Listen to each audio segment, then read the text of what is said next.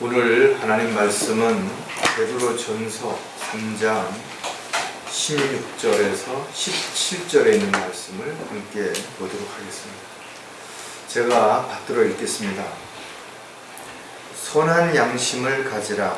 이는 그들이 행악자들에게 하는 것처럼 너희를 비방하다가도 그리스도 안에 있는 너희의 선행을 거짓되이 비난하는 것을 부끄러워하게 하려 함이니라.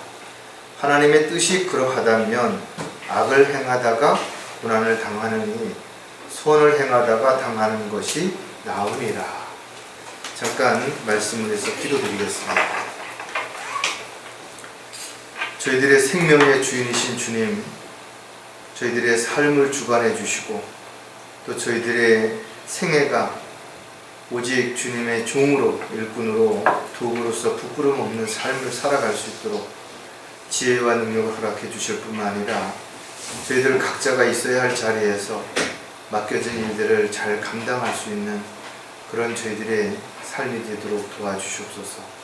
달려갈 길을 마치는 그 순간까지 단 한 사람도 믿음의 대열에서 이탈하거나 낙오하지 않도록 붙잡아 주시고 또 저희들이 날마다 아름다운 간증을 통해서 주님께 영광을 돌려드릴 뿐만 아니라 저희들의 생애가 모든 사람들에게 그리스도의 향기로 드러날 수 있도록 주님 또한 도와주시옵소서.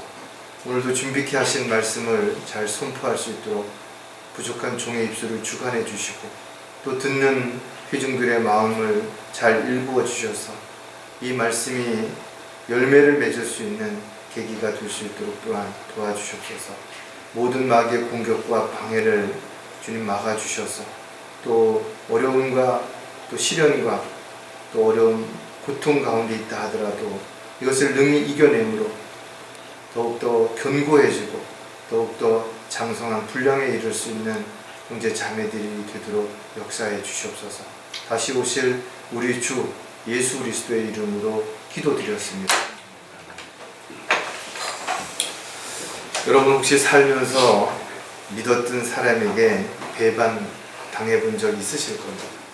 잘해줬는데 오히려 손을 악으로 갚는 사람들이 있죠. 배은망덕하게도 정말 어려울 때 도와줬는데 반대로 여러분이 어려울 때 뒤통수를 치는 그런 사람들도 세상에는 얼마든지 있습니다. 그래서 누군가를 믿을 수 있다는 것, 인정할 수 있다는 건 결코 쉽지 않습니다. 반대로 여러분이 누군가에게 인정을 받는다는 건 훨씬 더 어려울 수 있어요. 그래서 정말 누군가가 여러분들을 인정해 준다면 감사할 일이고 고마운 일이고 또 기뻐할 일이 분명할 것입니다. 세상 사람들은 인정을 받기 위해서 가식적인 행동들을 하죠. 또 거짓말을 합니다. 그러나 그런 것들이 사람들을 일시적으로 속일 수 있겠죠. 그러나 위선자들의 삶은 결국 언젠가는 다 드러나게 될 것입니다. 정말 사람들을 완벽하게 속였다 하더라도 하나님은 절대로 속일 수 없다는 것입니다. 왜냐하면 하나님께서는 그 사람의 마음과 생각과 계획까지도 다 알고 계시기 때문에 그렇습니다. 여러분들이 인정받기 위해서는 많은 시간이 소요될 수도 있어요. 또 아픔을 감당해내고 희생을 치러야만 인정을 받을 수 있는 계기가 될 수도 있습니다. 특히 어떤 선입견이 있다면 훨씬 더 힘들겠죠. 요셉이 그랬던 것처럼 포디발의 아내를 겁탈하려고 했던 누명을 쓰고 감옥에 갔을 때 그가 신뢰를 받기까지 얼마나 많은 고통과 아픔이 있었겠는지를 우리가 한번 생각해 본다면 신뢰를 받는 것, 인정을 받는 것이 그냥 하루 이틀 사이에 어떤 좋은 일 한 번 하는 거로 그렇게 될 수 있다라고 생각해서는 안 될 것입니다. 그리스도인들은 사람들 앞에서도 인정을 받아야 되겠지만 무엇보다도 하나님 앞에 먼저 인정을 받아야 되는 것입니다. 왜냐하면 세상에는 사람들 앞에는 인정받으면서도 오히려 정작 자신을 가장 잘 알고 있는 가장 가까운 사람에게는 인정받지 못한 사람들이 얼마든지 있을 수 있어요. 오히려 다른 사람들에게 인정받기 위해서 가장 가까운 사람을 아프게 만들고 힘들게 만들고 상처를 주는 경우도 얼마든지 있기 때문에 그렇습니다. 구원받은 그리스도인들이라고 하더라도 완벽하지 못하죠. 여전히 육신적인 옛성품이 남아있기 때문에 늘 자기를 먼저 생각할 수도 있고 또 눈에 보이는 것들을 먼저 생각할 수도 있기 때문에 오히려 그런 것들이 자신은 물론 또 다른 사람에게도 어려움을 줄 수도 있다는 것이. 특히 우리가 가장 가까운 사람에게 인정받는 이유가 왜 필요한 건가 하면 가까운 사람은 나의 약점을 가장 잘 알고 있다는 것이죠. 나의 육신적인 옛성품을 다 보고 있고 또 알고 있는 것이. 그래서 아내에게 또 남편에게 인정받는 것이 어렵습니다. 더 어려운 것은 바로 자식들에게 인정받는 것이. 그래서 부모는 자식의 거울이라고 자신이 어떻게 살아온 것인가에 대한 부분들은 그 자식에게 고스란히 거울처럼 비춰진다라고 말하는 것입니다. 따라서 저와 여러분이 세상 사람들에게 인정받는 것도 중요하지만 가장 가까운 사람에게 먼저 인정받는, 즉 하나님의 자녀로서 부끄럽지 않는 삶을 살아갈 때 우리는 하나님 앞에서는 물론 세상 사람들 앞에서도 인정받는 삶을 살아갈 수 있을 것입니다. 오늘 설교 제목은 그래서 인정받는 그리스도인이 되려면 우리가 어떻게 해야 될 것인가에 대한 부분들을 몇 가지 한번 깊이 생각을 해보려고 합니다. 저 여러분이 가족들에게 인정을 받고 또 더 나아가서는 직장 동료에게 또 사업을 하는 많은 사람들에게 인정을 받았다 할지라도 결국 하나님의 뜻 가운데서 하나님의 계획 가운데서 살지 못한다면 하나님과는 무관한 삶을 살아가는 것입니다. 즉 세상에서 성공을 했다 하더라도 하나님의 뜻과 계획에서 벗어난 성공은 어떻게 보면 그리스도인들에게는 가장 큰 실패가 되는 것입니다. 따라서 저와 여러분은 세상에서 어떤 일을 얼마나 많이 얼마나 훌륭하게 해내는가 보다는 먼저 그 일들을 하나님께서 허락하시는 일인지 원하시는 일인지를 먼저 진지하게 생각을 해볼 필요가 반드시 있다는 것입니다. 세상에는 참 까다로운 사람들도 있죠. 괜히 시비 붙는 사람도 있고 이유 없이 공격하는 사람들도 있습니다. 그러나 세상 사람들은 뭐라고 표현하는가 하면 상대가 그렇게 하니까 나도 어쩔 수 없이 그렇게 했다 라고 말한다라는 거죠. 그러나 그리스도인들은 먼저 손을 내밀어야 되고 먼저 이해해야 되고 먼저 다가가야 되고 용서해야 되는 것입니다. 이것이 주님께서 우리를 사랑하셨기 때문에 그 사랑을 우리도 실천해야 되기 때문에 그렇다라는 거죠. 따로 저와 여러분이 복음을 전파하고 진리를 증거하기 위해서는 참으로 다양한 사람들을 만나는데 그 사람들을 만날 때 감정이 앞선다든지 어떤 기분이 앞서게 된다면 하나님의 영광을 가리게 되는 결과를 가져오는 것이죠. 세상에는 정말 악한 사람들도 많고 못된 사람들도 많고 정말 이기적이고 기회주의적인 사람들도 얼마든지 있습니다. 그럼에도 불구하고 우리가 그들에게 복음을 전할 때는 많은 부분들을 우리는 참고 또 참아야 되는 이유가 무엇인가 하면 하나님께서 모든 사람들이 다 구원받기를 원하시기 때문에 그런 것이에요. 사도 바울의 고백처럼 우리도 주님을 알기 전에는 그들과 다르지 않았다는 거죠. 여전히 지옥을 향해 달려가고 있었고 자신이 잘난 줄 알고 자신이 특별한 사람인 줄 알고 그렇게 살았던 거죠. 진노의 자녀였고 거짓말의 자녀로서 불순종하는 그런 삶을 살았던 저와 여러분이 였다라는 것을 기억한다면 우리가 만나는 사람들이 어떤 사람이든 간에 그 사람들이 구원받을 수 있도록 끝까지 참고 복음을 전파하고 진리를 증거하는 일에 우리가 최선을 다할 수 있는 저와 여러분이 반드시 되어야 될 것입니다. 그러기 위해서는 우리가 먼저 인정받는 자가 되어야 되는 것입니다. 인정을 받지 못한다면 우리가 하는 말이 아무리 옳은 말이라 하더라도 아무리 그 말이 진리라 하더라도 사람들은 우리를 인정하지 않기 때문에 신뢰하지 않기 때문에 그 말조차도 신뢰하지 않는 그런 결과를 가져올 수 있게 되는 거죠. 자, 인정받는 그리스도인이 되려면 세 가지를 우리가 오늘도 살펴볼 텐데 첫 번째가 믿음이 변질되지 말아야 한다는 것입니다. 참으로 안타깝게도 많은 사람들이 처음에는 아주 순수한 믿음을 가지고 정말 성경에 기록되어 있는 그 말씀을 그대로 믿고 잘 생활을 하죠. 그런데 시간이 지나면서 어느 순간서부터 적당한 선에서 타협을 하기 시작을 합니다. 또 눈에 보이는 것들에 마음을 빼앗긴 채 조금씩 자신도 모르게 변해가는 것입니다. 따라서 처음에는 잘 참죠. 양보도 하죠. 기다리기도 합니다. 그런데 시간이 지나면서 좀 어렵고 힘든 상황들이 자신에게 일어나고 또 감당할 수 없는 어떤 문제에 부딪히게 되면 그때서부터 자신도 모르게 해서는 안 되는 일들을 하나씩 하기 시작하는 것이죠. 만나서는 안 되는 사람들을 만나기 시작하는 것입니다. 그러는 사이에 악한 사귐은 좋은 행실을 부패시킨다는 것입니다. 그러니까 자신이 아무리 좋은 마음을 가지고 나는 노력하고 나는 자신 있다라고 말한다 하더라도 어느 순간인가 자기도 모르게 그들의 성품을 닮아서 변해가는 것입니다. 그래서 마치 여러분들이 깨끗한 옷을 입고 진흙탕 길을 걸어가는 것처럼 아무리 조심한다 하더라도 어느 순간인가 흙탕물이 튀어서 오염이 되는 것처럼 되는 것입니다. 따라서 저와 여러분은 매일 매 순간 기도하고 말씀의 물로 더러운 이런 것들을 씻어내고 끊임없이 세상과 구별되고 분리된 삶을 살기 위해서 주님 앞에 무릎을 꿇는 저와 여러분이 되어야 될 것입니다. 세상에 변하지 않은 것은 진리뿐입니다.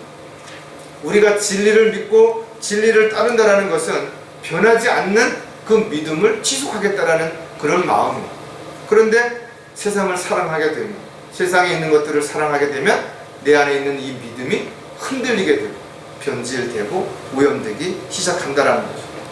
진리이신 하나님께서는 절대로 변하시지 않으실 뿐만 아니라 그분의 약속 또한 절대로 변하지 않는 거죠.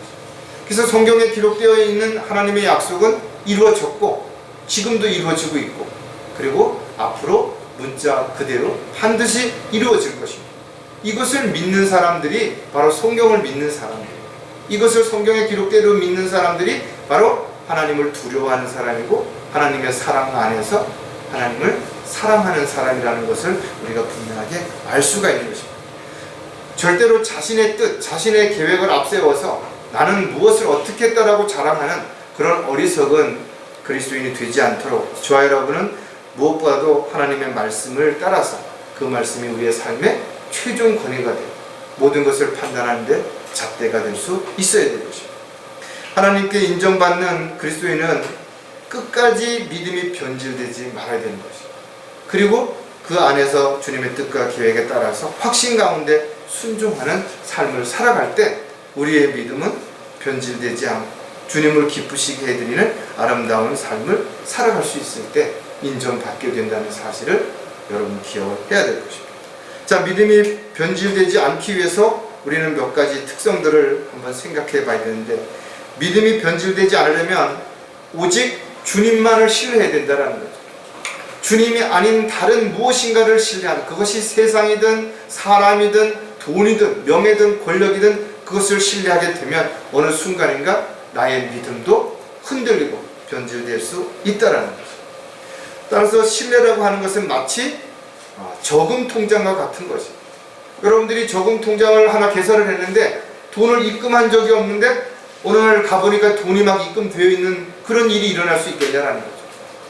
적금 통장에는 내가 반드시 돈을 적금을 해야 그 돈이 거기에 적금이 되어 있을 뿐만 아니라 거기에 합당한 이자가 붙게 되는 것이에요. 따라서 저와 여러분이 많이 적금을 부어서 입금을 했다 하더라도 또 반대로 많은 돈을 찾아서 쓰게 된다면 잔고는 남는 게 없다라는 것입니다.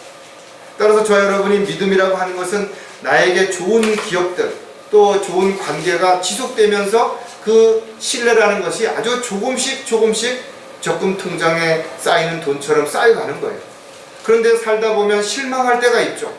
뭔가 그 사람에 대해서 이거는 아닌데 하고 낙담할 때가 있을 것입니다. 그럴 때마다 그 신뢰가 조금씩 무너지는 것이. 하지만 이와 같은 일들이 반복되는 가운데 내가 신뢰하는 것이 더 커지면, 내가 실망했던 것보다 훨씬 더 믿음이 생기면 그 사람을 신뢰할 수 있는 결과를 가져오게 되는 것과 같다라는 거죠. 따라서 저와 여러분은 아름다운 성령의 열매가 간증을 통해서 맺어질 때 지체들에게 우리는 신뢰를 쌓게 되는 것입니다. 또 그런 삶을 살아갈 때 가족들에게 신뢰를 쌓게 되는 것입니다. 디모데전서 4장 10절에 보면 그러므로 우리가 수고하고 치욕을 감당하는 것은 우리가 살아계신 하나님께 소망을 두미니 그분은 모든 사람들, 특히 믿는 사람들의 구주이기 때문이다. 저와 여러분이 복음을 전파하고 진리를 증거할 때 어떤 사람들이 그런다 이죠. 너나 잘 믿어라. 너나 천국 가라 이거지. 나는 내 멋대로 살고 뭐 하겠다. 하나님을 믿느니 나는 주먹을 믿겠다. 돈을 믿겠다. 이렇게 억지 주장을 하거나 참 말도 안 되는 이런 치욕적인 말을 하는 사람도 있다 이거죠. 그러나 그런데도 우리가 왜 그것을 참아야 되는 것인가 이거죠. 그 이유를 성경에서 가르쳐 준다 이거죠. 우리가 하나님께 소망을 두기 때문이라는 거예요. 시편 기자는 우리가 소망이 어디 있다 그랬어요? 우리의 소망은 주께 있다 이거죠. 우리의 소망은 하늘에 있다라는 거예요. 이 세상에 썩어질 것들에 대해서 소망을 두는 것이 아니라 썩지 않을 소망, 베드로가 이야기하는 산소망, 디도가 이야기하는 복된 소망을 가지고 있는 사람들만이 이 세상을 살아가는 동안에 주님 뜻대로 주님의 계획대로 살려고 하다가 손해를, 어려움을 당하고 고통을 받고 이럴 때 오히려 그것을 감당하고 베드로가 이야기한 것처럼 기뻐할 수 있기 때문에 그렇다는 거예요. 따라서 저와 여러분이 전적으로 주님을 신뢰할 때 우리의 믿음은 변질되지 않을 수 있고 우리의 믿음이 변질되지 않고 달려갈 때 우리는 하나님께 인정받을 수 있게 되는 것입니다. 또 믿음이 변질되지 않으려면 하나님의 약속을 의심하지 말아야 한다는 거예요. 하나님의 약속은 기록된 그대로 있죠. 절대 변하지 않는 것이. 그런데 중요한 것은 사람이 그 약속을 잡고 의심한다는 겁니다. 여러분, 약속이라고 하는 것은 지켜질 때 그 가치가 있는 거죠. 아무리 좋은 약속을 하면 뭐예요? 아무리 대단한 약속을 하면 무엇하는 얘기죠? 그 약속을 지키지 않는다면 그 약속은 오히려 안 하는 것만 못하다라는 겁니다. 따라서 세상이 아무리 바뀌고 사람들의 가치관이 바뀐다 하더라도 성경은 바뀌지 않는 것이에요. 그런데도 오늘날 많은 사람들이 시대가 바뀌었고 사람들의 가치관이 바뀌었으니까 성경도 바꿔야 된다라고 그래서 성경을 뜯어 고친다 이거죠. 참으로 가장 큰 죄를 짓는 결과를 가져오는 것입니다. 하나님의 약속은 정해진 때에 반드시 그대로 이루어질 것을 우리에게 약속하셨고 우리는 그 약속을 믿기 때문에 조금도 믿음이 흔들리지 않고 주님이 다시 오심을 간절히 소망하며 기다리는 것입니다. 베드로후서 3장 9절에도 보면 주의 약속은 어떤 사람들이 더디다고 생각하는 것 같이 더딘 것이 아니라 오직 우리에 대하여 오래 참으셔 아무도 멸망하지 않고 다 회개에 이르게 하려니 주님께서 곧 다시 오시겠다고 약속하셨는데 왜 이렇게 늦게 오시냐 이거죠. 하나님의 약속이 이거 혹시 지켜지지 않는 거 아닌가 사람들이 의심한다라는 거예요. 그런데 성경은 뭐라고 말씀하시는 건가 하면 주님께서 늦게 오시는 이유가 이 세상에 있는 사람들이 모두 구원받을 수 있는 기회를 조금이라도 더 주시기 위해서 시간을 조금 더 기회를 주신다라는 것이다. 하지만 하나님의 약속은 때가 되면 반드시 이루어질 것입니다. 하나님의 자비와 사랑으로 인해서 모든 사람들이 구원받을 수 있는 기회를 주셨다라는 것을 우리가 알고 있다면 우리가 해야 되는 일은 한 가지죠. 세상에 따라서 유행에 민감하게 살 것이 아니라 이 세상은 언젠가는 불타 없어질 것이고 주님이 오셔서 새로운 하늘과 땅이 주어지게 된다면 우리는 그 전에 해야 할 일은 세상 환경을 어떻게 변화시키고 세상 사람들을 바꿔놓는 것이 아니라 한 사람이라도 더 구원받을 수 있도록 복음을 전파하고 진리를 증거하는 일이 그리스도인들에게 있어서는 가장 소중한 일이고 가장 가치 있는 일인 것입니다. 중요한 일은 그 시간이 우리에게 많이 남아있지 않다라는 것입니다. 언제든 주님이 오실 수 있는 마지막 때에 우리가 살고 있기 때문에 그런 것입니다. 따라서 하나님의 약속을 의심하지 않고 확신 가운데 믿음으로 살아가는 사람들은 믿음이 흔들리지 않고 변질되지 않을 뿐만 아니라 주님께서 맡겨주신 일들에 늘 최선을 다하는 그런 삶을 살고자 하게 될 것입니다. 믿음이 변질되지 않으려면 다시 오실 주님을 기다려야 한다는 것입니다. 오늘날 많은 사람들이 천년 만년 살 것처럼 그렇게 아끼고 또 그렇게 자신의 어떤 욕심만을 채우려고 하다가 죽음 앞에 서게 될 때 내가 이렇게 허무하게 인생이 끝나는 줄 알았더라면 좀 더 베풀며 살까, 좀 더 의미 있는 일을 하며 살까, 좀 더 내가 사람들에게 잘해줄까 이렇게 후회한다라고 말한다 이거죠. 그러나 모든 사람에게 언젠가는 그때가 오게 될 것이고 특히 그리스도인들이 주님 앞에 서게 되는 날, 내가 이럴 줄 알았더라면 좀 더 주님을 위해서 헌신할 것, 주님의 영광을 위해서 좀 더 내가 많은 시간들을 하나님 앞에 드릴 것, 이렇게 후회하게 될 것이다 이거죠. 저와 여러분은 정말 주님이 오시기를 간절히 소망하며 기다리고 있는 것인가 이죠. 사도 바울의 고백처럼 의의 멸류관을 받을 수 있는 유일한 방법은 주님이 다시 오시기를 간절히 사모하며 기다릴 때 그것이 모든 사람에게 동일하게 주어진다라고 약속하고 있다 이죠. 베드로는 그러므로 사랑하는 자들아 너희가 이런 것을 기다리고 있으니 저먹고 흠 없이 평강 가운데서 그분께 발견되도록 힘쓰라. 주님 오셨을 때 여러분 어디에 있다가 무엇을 하다가 발견되기를 원하냐고. 부끄러운 가운데 있다가 부끄러운 일을 하다가 주님을 맞이했을 때 얼마나 주님 앞에 부끄럽겠어요. 그러나 당당하게 주님을 위해서 주님이 기뻐하시는 일을 하다가 주님 오셨을 때 주님을 맞이하게 되면 얼마나 여러분 당당하겠어요. 얼마나 기쁘겠냐 이거죠. 그렇다면 저와 여러분이 어떤 자세로 주님을 기다려야 되는 것인가. 디도서 2장 13절에 보니까 그 복된 소망 곧 위대한 하나님이신 우리 주 예수 그리스도의 영광스러운 나타나심을 기다리게 하셨음입니다. 주님이 오시면 모든 사람들은, 구원받은 사람들은 영광스러운 몸으로 주님과 같이 변모되는 것입니다. 세상 사람들하고는 기다리는 것이 다른 것입니다. 기다리는 소망이 다른 것입니다.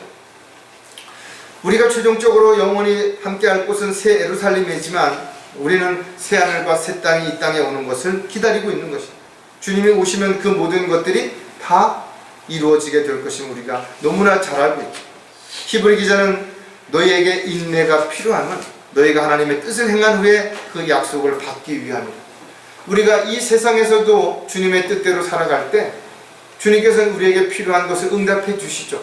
그러나 설사 우리가 기도한 내용들이 우리가 사는 동안에 다 이루어지지 않는다 하더라도 우리가 한 그 기도가 우리가 이 세상을 떠난 다음에 자식들을 위해서 또 다른 지체들을 위해서도 얼마든지 그것들이 이루어질 수 있다는 것을 우리가 알 수 있죠. D.L. 무디는 자기가 기도한 것이 그가 죽은 지 60년이 지난 다음에도 다른 또 누군가가 그에 대한 글을 읽고 그 기도가 성취되게 됐다는 것을 우리가 볼 때 저와 여러분이 끊임없이 하는 기도들은 우리 대해서 다 응답을 받을 수도 있겠지만 받지 못하는 것도라도 그 약속은 반드시 하나님께서 지켜주실 것을 믿는다면 저와 여러분은 끊임없이 주님 오실 때까지 믿음이 변질되지 않도록 끝까지 어느 곳에 있든지 부끄럽지 않는 삶을 통해서 주님께 영광을 돌려드리는 그런 삶을 살아갈 때 우리는 하나님 앞에 인정받는 또 사람들 앞에도 인정받는 그런 삶을 살아갈 수 있을 것입니다. 자, 두 번째 인정받는 그리스도인이 되려면 고난을 반드시 이겨내야 된다는 거죠. 그러니까 많은 사람들은 자신에게는 어떤 고난도 없었으면 좋겠다. 나는 고난을 견뎌낼 힘이 없다. 이렇게 미리 겁먹고 두려워하는 사람들도 있을 수 있지만 그러나 모든 사람들이 그랬던 것처럼 처음부터 고난을 잘 참고 견딜 수 있는 사람은 아무도 없죠. 그래서 하나님께서는 작은 고난이지만 우리에게 허락하시고 우리가 그 고난을 통해서 더욱 견고해지고 성숙한 그리스도인들이 될 수 있는 기회를 허락해 주는 것입니다. 그래서 인내는 연단은 인내를 또 우리에게 선물로 끊임없이 되풀이하면서 주게 되는 것입니다. 따라서 누구나 어려움이 있기 마련이고 때에 따라서는 정말 감당할 수 없는 자기가 생각하기도 어려울 만큼의 그런 일들이 닥칠 수도 있겠죠. 그러나 성경은 절대로 포기하지 말라는 것입니다. 어떠한 상황에도 낙심하지 말라는 것입니다. 사도 바울은 외부로부터 오는 시련뿐만 아니라 내적으로도 얼마나 많은 어려움에 쌓여 있었는지를 성경을 통해서 그 심정을 다 일일이 기록하고 있는 것을 볼 수가 있는 것입니다. 사람은 누구나 어떤 상황에 처했을 때 그 어려움을 어떻게 극복하느냐, 그것 또한 그 사람의 능력이라는 것입니다. 왜냐하면 어떤 사람도 아무런 어려움도 없이 늘 좋은 일만 있는 사람은 아무도 없는 것이에요. 여러분들이 지체들을 바라볼 때 다들 평온해 보이고 다들 문제가 없어 보이는 것처럼 보일 수 있지만 그러나 다 뜯어보면 누구에게나 문제가 있어요. 어려움이 다 있다라는 겁니다. 그럼에도 불구하고 그런 것들을 잘 참고 견디고 이겨내기 때문에 늘 평안해 보이고 늘 감사와 기쁨이 넘쳐나는 것처럼 보이게 되는 것이. 베드로는 너희가 너희를 연단시키려는 불같은 시련에 관하여 너희에게 어떤 이상한 일이 일어나는 것처럼 이상하게 여기지 말고 도리어 너희가 그리스도의 고난에 참여하는 자들이 되는 것이니 즐거워하라. 세상 사람들 입장에서 보면 고난받는 것이 무슨 즐거움이 되겠어요? 무슨 유익이 되겠냐라는 거죠. 그러나 그리스도인들이 주님을 위해서, 주님의 일을 위해서, 주님의 뜻과 계획대로 살기 위해서 고난을 받는다면 오히려 복받는 자들이라는 거죠. 왜? 그 고난을 주님이 허락하셨다면 그 고난을 견뎌낸 이후에 훨씬 더 좋은 것을, 유익한 것을 주신다라고 약속하고 있기 때문에 그렇다라는 거죠. 따라서 여러분들이 지금 고난 가운데 있다면 기도하시면 되는 것이에요. 그리고 때가 되면 반드시 여러분의 기도에 응답하셔서 그 고난을 이겨낼 뿐만 아니라 그 고난을 통해서 훨씬 더 좋은 것을 허락해 주실 것이기 때문에 그렇다는 거죠. 하지만 한 가지 중요한 것은 자신에게서 온 고난이 어디에서 온 것인가는 반드시 확인해 봐야 된다 이거죠. 여러분이 죄를 짓고 어떤 잘못을 해서 스스로 그 고난을 자초할 수도 있어요. 또 마귀가 주는 고난이 있을 수도 있습니다. 또 하나님께서 우리를 더 단단하게 또 귀한 사역을 맡기시기 위해서 시험하시기 위해서 고난을 주실 수도 있기 때문에 그 고난이 어디에서 왔는지를 정확하게 보고 하나님께서 허락하신 고난이라면 반드시 이겨내야 되겠죠. 자신의 어떤 죄로 인해서 오는 고난이라면 즉시 그 죄 문제를 해결하고 자백하고 손을 떼야 될 것입니다. 또 마귀가 주는 고난이라면 올무에 걸리지 않도록 절대로 두려워하거나 불안해하지 말고 오히려 말씀을 붙잡고 용기를 낼 수 있어야 될 것입니다. 따라서 저와 여러분이 인정받는 그리스도인이 되기 위해서는 고난을 반드시 견뎌내고 이겨내고 성숙한 그리스도인으로 주님 앞에 나아갈 수 있는 그런 그리스도인들이 되어야 될 것입니다. 자, 그렇다면 누구나 고난을 이겨내는 거 아니죠. 고난을 이겨내는 것이 쉽다면 누구나 할 수 있다면 주님께서 고난을 견뎌내고 이겨내라고 우리에게 말씀하실 이유가 없었다라는 거죠. 고난을 견뎌내는 것이 결코 쉽지 않습니다. 그러나 고난을 견뎌내기 위해서 우리가 또 몇 가지 생각해 보면 이렇게 하면 고난을 견뎌낼 수 있겠구나 하는 것을 쉽게 알 수가 있을 것입니다. 첫 번째가 뭔가 하면 아무것도 두려워하지 않아야 된다는 것입니다. 사람은 처음 해보는 일에 대한 것은 호감도 있지만 두려움도 있죠. 처음 만나는 사람에 대해서도 뭔가 두려움이 생길 수도 있습니다. 또 세상에 일어나는 다양한 일들이 두려움의 대상이 될 수도 있죠. 눈에 보이지 않는 작은 바이러스 때문에 온 지금 세계가 떠들썩하고 있지 않습니까? 따라서 고난을 이겨낸 사람은 한 번, 두 번 고난을 이겨내면서 자신감도 생기고 또 그 고난을 이겨낼 수 있는 힘이 생기기 때문에 오히려 새로운 고난을 더 잘 이겨낼 수 있을 뿐만 아니라 두려워하지 않을 수 있다는 것. 특히 그리스도인들은 죽음을 두려워하지 않을 수 있죠. 왜? 더 이상 죽음을 두려워하지 않는 이유가 마귀를 멸망시키고 우리로 하여금 그의 노예로부터 자유할 수 있는 특권을 주셨기 때문에 그렇다라는 거죠. 또 사람을 두려워할 필요도 없다 이거죠. 하나님을 믿는 사람들은 사람을 두려워할 왜 그들이 하나님 허락하지 않는다면 우리를 어떻게 할 수가 없기 때문이라는 거죠. 내가 내 친구들인 너에게 말하노니 몸을 죽이고 난 후 더 이상 아무 일도 할 수 없는 자들을 두려워하지 마라. 세상 사람들이 아무리 무섭고 두렵다 하더라도 그들은 우리에게 할 수 있는 게 하나님께서 허락하시지 않으면 더 이상은 할 수 있는 게 없다라는 거죠. 따라서 사람이 한 번 죽는 것은 정해진 것이기 때문에 저와 여러분도 언젠가 죽겠죠.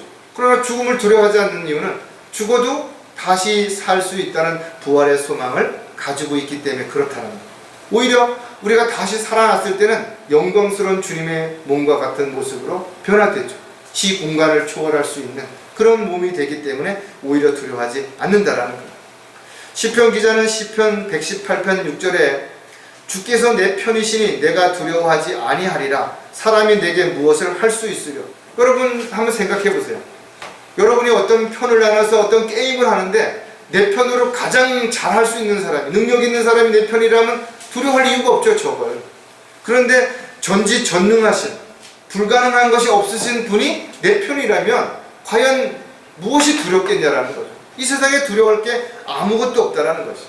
그래서 주께 신뢰를 두는 사람은 육신적인 사고나 질병도 두려워하지 않는 거예요. 왜? 주님께서 나를 눈과 같이 지켜주시고 보호해 주시겠다고 약속하셨다면 내가 기도하고 하나님 보시기에 곁길로 가지 않는다면 주님께서 보호하시고 인도하시고 돌봐주시는 것은 약속하신 그대로 이루어지는 것입니다. 여러분의 인생을 한번 돌아보십시오. 왜 나는 하나님을 정말 잘 믿는데도 왜 난 맨날 고통스럽고 힘들고 어렵고 이런 일들만 생기는가, 이렇게 생각하는 지체들이 혹시 있을지 모르지만, 또 한편에서 보면 비록 여러분들이 다른 사람들처럼 좋은 집에 못 살고 세상에서 내놓으라 하는 어떤 직장이 없다 하더라도 자세히 돌아보면 참으로 여러분들이 얼마나 많은 복을 받고 얼마나 많은 것을 누리고 있는지를 한번 생각해 보는 거예요. 정말 감사할 일이 넘쳐난다는 거죠. 그런데 사람들은 욕심 때문에 많은 걸 움켜쥐고도 그것을 향유하기보다는 새로운 것을 더 많이 가지려고, 더 좋은 것을 가지려고 욕심하다 보니까 오히려 가진 것에 대한 감사가 없어지고 고마움이 없어지게 되는 거죠. 따라서 저와 여러분이 오직 두려워하실 것은 하나님 한 분밖에 없다는 거죠. 우리가 하나님의 뜻대로 살지 못하는 걸 두려워해야 되는 것이에요. 하나님의 자녀이면서도 죄를 짓는 걸 두려워해야 되겠죠. 내가 열심히 하나님의 도구로 종으로 쓰임 받아야 되는데 그렇게 살지 못하는 걸 두려워해야죠. 나머지 부분들은 두려워할 것이 아니라 여러분들이 감사함으로 행해야 될 부분이라는 것을 반드시 기억해야 될 것입니다. 이렇게 아무것도 두려워하지 않고 오직 주님만을 신뢰하고 살아갈 때 우리는 어떠한 고난도 반드시 이겨낼 수 있다는 것을 성경은 우리에게 분명하게 가르쳐주고 있는 것입니다. 또 한 가지, 어떠한 고난도 반드시 이겨내려면 끝까지 인내를 온전히 이루어내야 된다는 거죠. 세상에는 크든 작든 누구나 문제가 있기 마련인 것입니다. 자신에게 생긴 문제를 스스로 해결하지 못한다면 결국은 시간이 다를 뿐 언젠간 포기할 수밖에 없겠죠. 그래서 누구나 모든 일이 마음먹은 대로 되는 거 아니에요. 자기가 하고 싶다고 다 되는 거 아니에요. 어떤 일은 하면, 노력하면 할수록 점점 꼬이는 일도 있고, 어떤 일을 포기했더니 오히려 모든 문제가 다 해결되는 그런 경우도 얼마든지 있을 수 있다 이거죠. 살면서 예상치 못한 일들이 일어나기도 하고 상상도 못했던 그런 상황이 자신에게 닥칠 수도 있죠. 그래서 그리스도인들에게 필요한 것은 뭔가 하면 인내가 필요한 것입니다. 또 주님 앞에 모든 걸 맡길 수 있는 믿음이 반드시 필요한 것이라는 것입니다. 야고보는 야고보서 1장 3, 4절에 이는 너희 믿음의 시련이 인내를 만들어내는 줄을 너희가 알미니라. 그러나 인내를 온전히 이루라. 이는 너희가 온전하고 잘 갖추어져 아무것도 부족함이 없게 하려 합니다. 우리가 부족한 것이 없으려면 어떻게 돼요? 인내할 수 있어야 된다. 인내하는 과정에서 온전하게 모든 것들을 이루어갈 수 있는 성숙한 그리스도인들이 될 수 있기 때문에 그런 것입니다. 성경은 시련을 통해 어떤 상황에서 참겨내게 이겨낼 수 있는 인내를 얻을 수 있다 그랬죠. 그리고 그 인내를 우리가 온전히 이뤄냈을 때 하나님의 종으로 일꾼으로서 완벽한 도구로서 귀하게 쓰임받을 수 있게 되는 것입니다. 날마다 주님이 다시 오신다는 사실을 간절한 마음으로 기다리며 살아가는 사람들은 세상에 마음을 두지 않죠. 세상에 있는 것들의 마음을 뺏기지 않고 헛된 시간을 낭비하지 않으며 분명히 살아갈 수 있을 것입니다. 우리는 욥에게서 인내에 대한 본을 보게 되고 어떻게 하는 것이 인내인지, 얼마만큼 참는 것이 인내하는 것인지를 우리가 알게 될 것이다. 따라서 저와 여러분은 끝까지 주님께서 허락하셨다면 끝까지 인내함으로 인내를 온전히 이루어낼 때 우리는 어떠한 고난도 이겨낼 수 있을 뿐만 아니라 그 고난을 통해서 오히려 더 큰 유익을 하나님으로부터 선물로 받을 수 있음을 반드시 기억해야 될 것입니다. 또 한 가지, 어떠한 고난도 반드시 이겨내려면 당혹스러워도 절망하지 말아야 한다는 것이죠. 어떤 상황이 자신도 모르는 사이에 너무 크게 자신에게 일어났다면 어떻게 하겠어요? 그것을 해결해 나가려고 하기보다는 그만 포기하겠죠. 난 더 이상 나는 불가능해. 그래서 절망에 빠지는 경우가 얼마든지 있다라는 것입니다. 특히 그리스도인으로서 살아간다는 것은 이 세상에서 입지가 아주 좁죠. 사업을 하는 사람도 그렇고 직장생활하는 것도 그렇고 죄를 짓지 않으면서 많은 유익을 남기고 또 많은 어떤 혜택을 얻기 위해서는 참으로 많은 제약들이 뒤따르기 때문에 그렇습니다. 또 그리스도인이라는 이유 때문에 사람들 앞에서 하나님을 믿는다는 사실 때문에 손해를 보면서도 참아야 할 때가 있죠. 양보해야 될 때가 있다라는 것입니다. 하지만 그리스도인들은 어떠한 경우에도 절대로 실망하지 말고 낙담하지 말고 절망하지 말라는 것입니다. 왜? 불가능한 것이 없으신 하나님께 기도할 수 있는 특권이 있기 때문이라는 거죠. 여러분들 세상 사람들에게 아무리 하소연해도 소용없어요. 아무리 사람들에게 위로를 받고자 해도 위로가 안 된다 이거죠. 그러나 우리를 위로해 줄 수 있는 분이 계시더라고요. 위로자이신 성령께서 우리를 위로해 주실 수 있는 거죠. 또 우리가 기도할 수 있는 것은 오직 그리스도인들에게만 주어진 특권이기 때문에 우리는 그 기도가 반드시 응답되어진다는 사실을 성경을 통해서 수도 없이 확인했고 또 우리 역시 살면서 확인했기 때문에 절대로 낙담할 이유가 없다는 거예요. 고린도후서 4장 8절에 우리가 사면에서 고난을 당하여도 괴로워하지 아니하며 당혹스러운 일을 당하여도 절망하지 아니하며 사도 바울의 생애를 돌아보면 그가 얼마나 힘든 삶을 살았는지 우리가 알 수 있다 이거죠. 여러분 지금 처해 있는 고난이 또 어려움이 과연 사도 바울과 같은 상황이라고 말할 수 있는 사람이 있겠냐 이거죠. 사도 바울은 사면이 고난으로 인해서 괴로웠다라는 거죠. 그러니까 어느 한쪽도 트인 데가 없는 거예요. 동쪽, 서쪽, 남쪽, 북쪽 다 사면에서 모든 일들이 고난의 연속이었다는 거죠. 그럼에도 불구하고 당혹스러운 일을 당했다 하더라도 절망하지 말라는 거죠. 왜? 하나님이 내 편이시고 하나님이 나의 모든 것을 다 알고 계실 뿐만 아니라 모든 것을 해결해 줄 수 있는 분이심을 내가 믿는다면 절대로 낙담하거나 좌절할 필요가 없기 때문에 그렇습니다. 사도 바울은 박해를 받아도 버림받지 아니하며 내던져져도 멸망하지 않으며 항상 주의 죽으심을 몸에 지니고 다니면 예수의 생명이 또한 우리 몸에 나타나게 하려 함이라고 고백했대요. 저와 여러분이 고난과 어려움을 겪어도 그것이 주님 때문이라면 사람들은 언젠가는 알게 되는 것이에요. 아, 저 사람이 참는 이유가 예수님 때문에 그렇구나, 하나님을 믿기 때문에 그렇구나, 이런 것을 사람들이 알게 된다면 오늘 우리가 살펴봤던 것처럼 아무리 사람들이 악한 계획을 가지고 우리를 이용하려고 하고 또 우리에게 손해를 끼친다 하더라도 결과적으로는 언젠가 하나님께서는 모든 것을 바꾸어서서 오히려 그런 결과가 더 많은 더 유익한 좋은 결과로 우리에게 반드시 돌아올 것을 우리는 절대 잊어서는 안 될 것입니다. 따라서 절대로 여러분들에게 어떤 당혹스러운 일이 일어난다 하더라도 절망하지 말고 오직 하나님만을 믿고 확신 가운데 고난을 잘 이겨냄으로 인해서 하나님 앞에 인정받는 또 사람들 앞에도 정말 하나님을 믿는 사람으로 그리스도의 향기가 나타내는 저와 여러분이 반드시 되어야 될 것입니다. 마지막으로 인정받는 그리스도인이 되려면 모든 일을 원칙대로 해야 된다는 것입니다.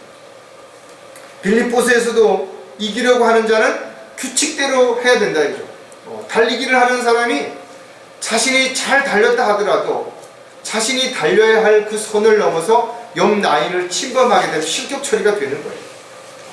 아무리 좋은 결과를 가져왔다 하더라도 불법을 행했다든지 편법을 쓰게 된다면 그 결과는 나중에 손해를 볼 수 있다는 것을 우리에게 가르쳐 주는 거예요. 대통령이 바뀌고 장관이 바뀔 때마다 다양한 정책들이 나오죠. 심지어는 작은 어떤 기관의 기관장이 바뀌거나 또 어떤 작은 조직이나 단체의 또 장이 바뀌면 그 전에 해왔던 일들을 다 뒤엎어버리는 것이에요. 왜냐하면 나와 다른 것은 틀린 것이다, 또 내가 하지 않는 것은 잘못된 거다, 이런 어떤 사고방식, 착각 때문에 뭔가 새로운 것만을 자꾸 추구하다 보니까 이런 결과가 계속 반복되는 것입니다. 우리나라는 교육정책이 정말 수도 없이 바뀌는 겁니다. 그 이유가 뭔가 하면 대입 입시 제도에 대한 개념이 바뀌기 때문에 그런 거죠. 또 지식을 가르치는 데 초점을 두기 때문에 그런 겁니다. 유치원도 안 들어가는 애들이 영어 공부하는 어떤 그런 부분들, 한국말보다도 먼저 외국어를 공부하는 그런 일들이 일어나고 있기 때문에 그렇다는 거예요. 그러나 선진국이나 유명한 대학들, 그런 대학들은 교육정책이 안 바뀌는 거예요. 몇백 년이 지났는데도 그대로 하고 있다. 그럼 왜 그런 것인가? 그들이 바보라 이거죠. 아니죠. 오히려 그들은 입시 제도라든지 어떤 지식적인 거를 가르치는데 기준을 두지 않는 거예요. 왜 공부를 해야 되는지, 어떻게 공부를 해야 되는 것인지에 대한 개념을 가지고 가장 기본적인 것들을 가르치기 때문에 그것이 교육 정책이 바뀔 이유가 없는 것이에요. 그리고 전문적인 지식을 얻기 위해서 또 전문가가 되기 위해서는 별도로 자기가 더 많은 시간을 투자해서 공부하면 되는 것입니다. 하나님의 말씀을 공부하는 것도 가장 기본적인 원칙을 공부하는 거예요. 그리고 나면 그 다음에 그 말씀을 통해서 성경의 전체적인 다양한 내용들을 우리가 잘 조명해서 더욱더 신실한 그리스도인으로 성장할 수 있는 계기가 될 수 있다 이거죠. 그런데 안타깝게도 많은 목사라고 하는 사람들, 신학자라고 하는 사람들이 시대가 바뀌었고 세상 사람들의 어떤 가치관이 바뀌었기 때문에 성경도 틀렸더라고. 그래서 성경을 뜯어 고친 겁니다. 첨가하고 삭제하고 오역시키고 이렇게 했다라는 거예요.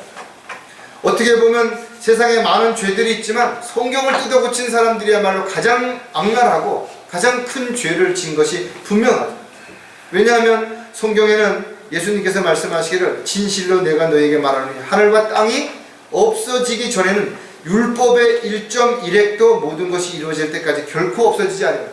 성경의 점 하나도 없어지면 안 된다라고 그렇게 전지전능하신 불가능한 것이 없으신 하나님께서 말씀하셨는데 수많은 구절들을 통째로 빼버린 것이 수만 군데 성경을 삭제하고 오역시키고 변개시키고 그렇게 했다 이거죠. 시편 12편 7절에 보면 오 주여 주께서 이 말씀들을 간수하시리니 주께서 이 세대로부터 영원토록 그것들을 보존하시니.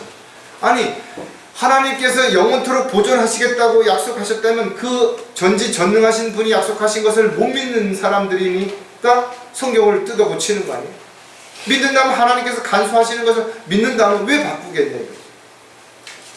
한마디로 하나님의 원칙대로 하지 않는 사람들은 하나님의 말씀을 믿지 않는 것입니다. 하나님의 능력도 믿지 않는 것입니다. 따라서 그리스도인들은 모든 일을 할 때 자기가 원하는 대로, 자기가 하고 싶은 대로, 또 세상이 원하는 대로, 세상 사람들이 좋아하는 거기에 기준점이 아니라 바로 성경은 무엇이라고 말씀하시는 것입니다. 하나님은 뭐라고 약속하신 것인가? 여기에다가 원칙을 두고 살아갈 때 하나님 앞에 인정받는 그리스도인이 될 수 있다는 거죠. 자, 모든 일을 원칙대로 하기 위해서도 우리가 몇 가지 생각해 봐야 되는데 첫 번째가 주어진 정도를 벗어나지 말아야 한다는 겁니다. 정도라는 말은 바른 길이라는 말이에요. 사도 바울이 이 도를 따라서 내가 많은 사람들에게 이단이라는 지칭된 어떤 비난을 받았다라고 고백하고 있죠. 세상에 정말 많은 길이 있죠. 사람들이 다니는 길도 있고 자동차가 다니는 길도 있어요. 근데 눈에 보이지 않는 길도 있습니다. 여러분 비행기가 다니는 길이 눈에 보입니까? 바다에 배가 다니는 길이 보이냐. 그러나 그들도 여전히 어떤 방법으로든 길을 따라서 가는 거예요. 하지만 이 세상에 아무리 많은 다양한 길이 있다 하더라도 저와 여러분이 가야 할 길은 주님을 따르는 길은 변함이 없다라는 겁니다. 왜냐하면 예수님께서 나는 길이요 진리요 생명이라고 말씀하신 그분이 진리이시고 길이시기 때문에 우리가 오직 그분만을 따라서 가야 되는 것입니다. 따라서 어떠한 이유로든 간에 하나님의 법을 떠나서 또 하나님의 뜻과 계획을 벗어나서 자기가 뭔가 하고 싶은 대로 하는 사람들은 하나님의 종이 아니죠. 왜냐하면 종은 주인의 명령에 순종해야 되기 때문에 그런 것이죠.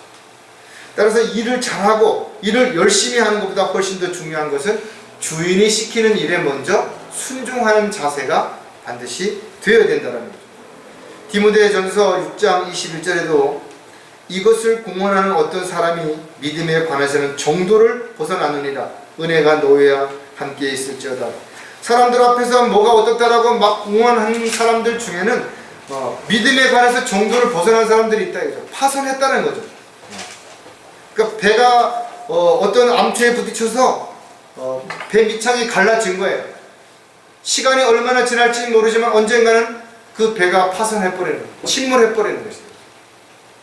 따라서 마찬가지로 가장 기본이 되어야 되는 하나님의 말씀에 대한 어떤 정도를 벗어나게 된다면 또 형제들과의 지체들과의 지켜야 할 정도에서 벗어나게 된다면 결과적으로는 언젠가는 하나님의 뜻과 계획에서 벗어나서 하나님이 원하시지 않는 삶을 살아갈 수도 있습니다.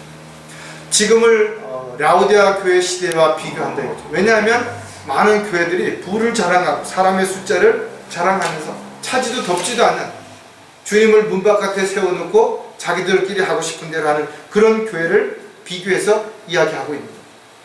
안타깝게도 많은 교회들이 하나님의 뜻과 계획과는 상관없이 복음을 전파하고 진리를 증거하는 데 관심을 두기보다는 기복신앙적인 사람들을 즐겁게 하기 위한 귀를 즐겁게 하는 그런 일들에 초점을 맞추고 있다. 그래서 지옥을 선포하거나 죄의 심판을 선포하기보다는 하나님은 사랑이십니다, 이것만을 선포하고 있는 거죠. 공의의 하나님이신 하나님에 대해서 올바르게 선포하지 않는 많은 교회들, 그러나 왜 거기서 빠져나오지 못하는 것인가? 영적으로 무지하기 때문에 그런 거죠. 수많은 사람들이 거듭나지도 않은 상태에서, 영적으로 분별력도 없는 상태에서 교회를 종교적인 하나의 어떤 관심을 가지고 다니기 때문에 영적으로 이런 걸 분별하지 못하는 것이죠. 참으로 안타깝다 이거죠. 따라서 그리스도인들은 마땅히 하나님의 뜻과 계획을 따라서 정도를 벗어나지 않는 달려갈 길을 마치는 그 순간까지 그 길을 따라가는 반드시 저와 여러분이 되어야 될 것입니다. 모든 일을 원칙대로 하려면 또 한 가지 우리가 생각해 볼 부분이 뭐냐면 교만에 빠지지 않도록 해야 된다. 제일 중요한 부분이에요. 어떤 사람이 어떤 일을 좀 잘하게 되면 좀 자만해지죠. 나는 언제든지 이 일을 잘할 수 있어. 그러니까 연습도 안 하고 또 조심도 안 하는 거죠. 그런데 제가 옛날에 회사 다닐 때 보면 정말 훌륭한 가수들은요, 리허설 들어가기 전에 최소한 30분 이상은 발성 연습을 하고 입을 풀고, 어떻게 보면 참 그 스타라고 하는 사람들이 보기 민망할 정도의 그런 행동들을 하거든요. 그런데 그렇게 충분히 하고, 그렇게 하고 나서도 때에 따라서는 실수할 수도 있고, 또는 가사가 생각이 나지 않아서 어떤 어려움에 처할 수도 있다라고 그렇게 말한대요. 운동선수도 마찬가지죠. 아주 작은 가벼운 중량부터 시작해가지고 얼마나 열심히 하고 얼마나 몸을 풀려고 애를 쓰는지를 우리가 한번 보게 된다면, 오히려 잘하면 잘할수록, 어떤 좋은 위치에 오르면 오를수록 더 교만해지지 않도록 조심하고 또 조심해야 되는 것이 바로 그리스도인들의 자세라는 것입니다. 성경은 누구나 높아지려고 하는 성향이 있다는 것이죠. 아담의 옛 성품을 가지고 있는 저와 여러분 역시 언제든 사람 앞에 대접받고 의시되고 싶고, 또 자기보다 부족한 사람을 멸시하고 업신여기고자 하는 그런 찌꺼기들이 남아있다는 것입니다. 그래서 자신도 모르게 말을 함부로 하거나 사람들에게 상처되는 그런 말을 할 수도 있기 때문에 더더욱 우리가 말할 때 조심하고 신중하게 해야 되는 것입니다. 따라서 성경은 마귀 역시 자신을 높여 하나님의 보좌를 넘보았던 것처럼 오늘날 많은 사람들이 교만에 빠지게 되면 하나님의 뜻과 계획을 저버리고 자기 뜻을 실행하는 결과를 가져올 수 있다는 거죠. 누가복음 14장 11절에 누구든지 자신을 높이는 자는 낮아질 것이요 자신을 낮추는 자는 높아지리라고 하더라. 세상적인 방법과 반대죠. 세상은 PR 시대라서 자기 스스로 자신을 높이려고 나는 이런 사람이야, 나는 이런 일을 했어, 나는 뭐 이런 걸 가지고 있고, 나는 이런 사람을 알고 있고, 이런 것을 자랑하지만 성경은 오히려 반대로 자신을 낮추고 다른 사람을 나보다 더 존중하라는 거죠. 그 이유가 뭐냐 이거죠. 때가 되면 주님께서 높여주실 것입니다. 베드로는 이렇게 우리에게 알려주죠. 하나님의 능하신 손 아래서 겸손하라. 때가 되면 그분께서 너희를 높이시리라 했죠.